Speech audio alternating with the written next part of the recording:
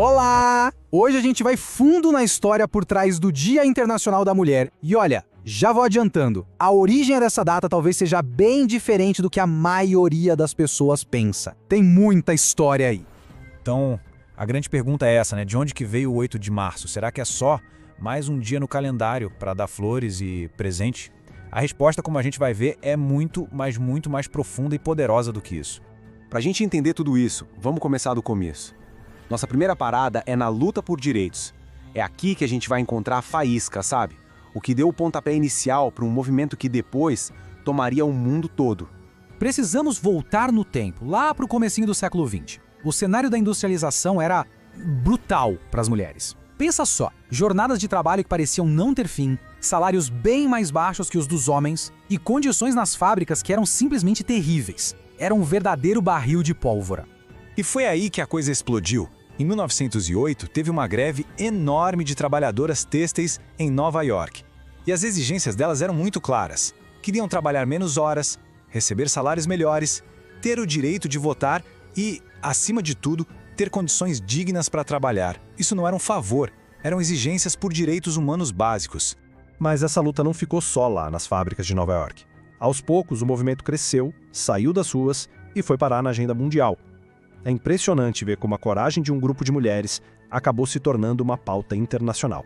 E essa linha do tempo aqui mostra direitinho como foi essa escalada. Tudo começa em 1908, com a greve que a gente acabou de falar. Logo depois, em 1910, a líder socialista Clara Zetkin teve a ideia de criar um dia internacional para as mulheres. Mas o reconhecimento máximo veio só em 1975, quando a ONU finalmente oficializou o 8 de março. Foi uma construção, passo a passo. E o ponto-chave aqui é a visão da Clara Zetkin.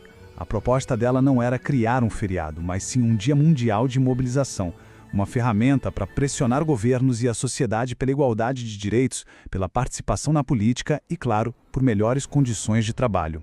E o resultado dessa visão foi um impacto gigantesco. Hoje, mais de 100 países celebram oficialmente o Dia Internacional da Mulher.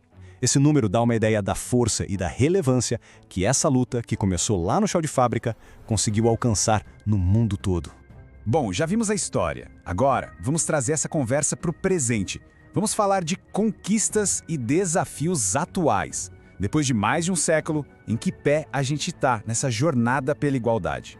É impossível não olhar para trás e se animar com as conquistas, né? O direito ao voto, a maior participação no mercado de trabalho, o acesso à educação, a presença cada vez maior de mulheres em cargos de liderança. Tudo isso são vitórias históricas, resultado direto daquelas primeiras mobilizações. Mas a luta, como a gente sabe, não acabou. Longe disso. E aqui a gente encara a realidade. Desafios enormes ainda existem. A diferença de salários continua sendo um problema sério, o combate à violência contra as mulheres é urgente e a necessidade de mais participação na política e de acesso a oportunidades ainda é uma realidade dura em muitos lugares.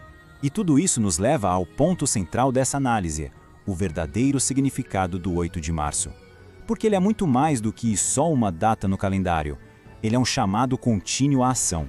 E aqui uma curiosidade interessante, a cor roxa, que a gente vê tanto nessa data, tem um porquê. Ela simboliza justamente essa luta contínua por dignidade, por justiça e pelos direitos das mulheres. Essa frase aqui resume a essência de tudo.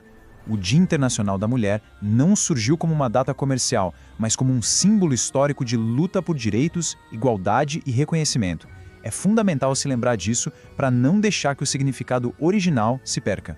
Portanto, o 8 de março serve como um lembrete anual. É um dia para a gente parar e refletir sobre igualdade, para reconhecer as conquistas que vieram com muita luta, para debater abertamente os desafios que ainda existem e, claro, para valorizar as mulheres em todas as áreas da sociedade. E a gente termina com essa provocação, uma pergunta que vai além da data e se estende pelo ano todo. Como manter viva a essência dessa luta no nosso dia a dia? A resposta, talvez, esteja nas ações diárias de cada pessoa para construir um futuro mais justo. Gostou do resumo? Então se inscreva no canal, deixe seu like e compartilhe com quem gosta de aprender com livros. E não saia ainda, clique no vídeo que está aparecendo na tela e continue aprendendo com a gente.